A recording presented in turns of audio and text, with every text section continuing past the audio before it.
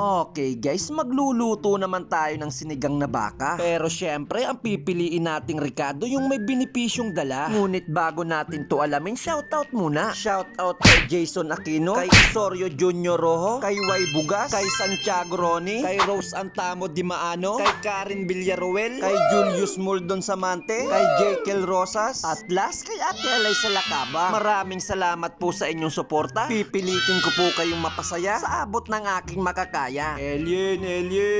At ngayon, tara, samahan nyo naman ako dito sa aking suking tindahan. Syempre, bibili tayo ng mga sangkap na ating kinakailangan. Wow. Kung di po pala ninyo maitanong, dati din po pala akong chef sa Binangonan. At nabansagan pa nga po ako noon na hari ng kusina. Yung tipong pag may tira, pinaplastic ko muna. At sa loob ng stock room, pasimple kong inunguya. Pero may iba po tayo, tara't dumako na po tayo sa sangkap nating kailangan. Pag gusto mo pong halangan, ang ilalagay po natin yung kapitbahay mong sobra kang panalitaan. Yung tipong nananahimik ka na pero siya di ka pa tinatantanan. Lalagyan din po natin ito ng saging na tordan. Ganto po yung korte pag hindi pa nababalungusan. Lalagyan rin po natin ito ng patatas. Alam ko pong may naiisip kayo nitong kaparehas. Pag ganto pong malupa-lupa na yung kay mister mo, pilitin mo pong maghugas. Lalagyan ko rin po pala ito ng repolyo. Tapos ipapasa ko na kay ma'am. Uy, Bulastog, hindi yung repolyo. Yun ay purpulyo. Ayusan naman niya inapagsasabi mo at ako'y hindi na sa iyo natutuwa. Mukha Bulastog at baka maghalo ang pulga sa balbo na tuta. Huwag naman ganun kaurluan, tao lang.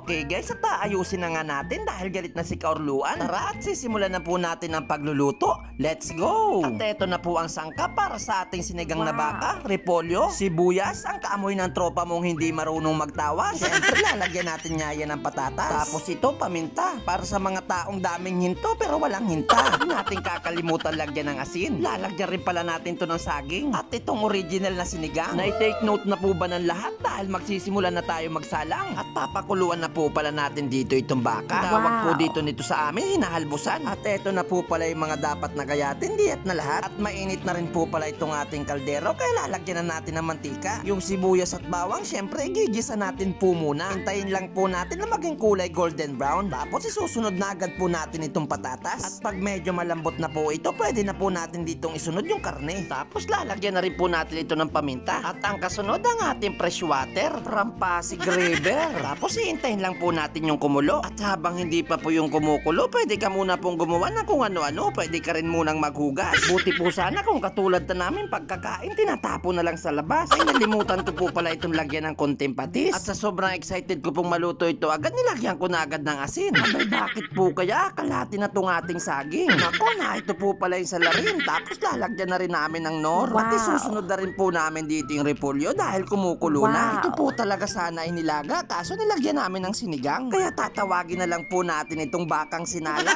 Kung naiinip na po kayong maluto ito, ganun din po ako. At ayun, lalasahan muna po natin at baka may kulang pa. Pero okay na po, pwede na pong pagtiyagaan. Tara, kakain na po tayo. At sa unang subo, ibang klase po yung lasa, parang pinagtripan yung pagkaluto. At hanggang dito na lang po ang ating palabas. Maraming salamat sa mga nanonood. At ako po ang inyong lingkod na si Bulastog. Thank you for watching. Bye-bye!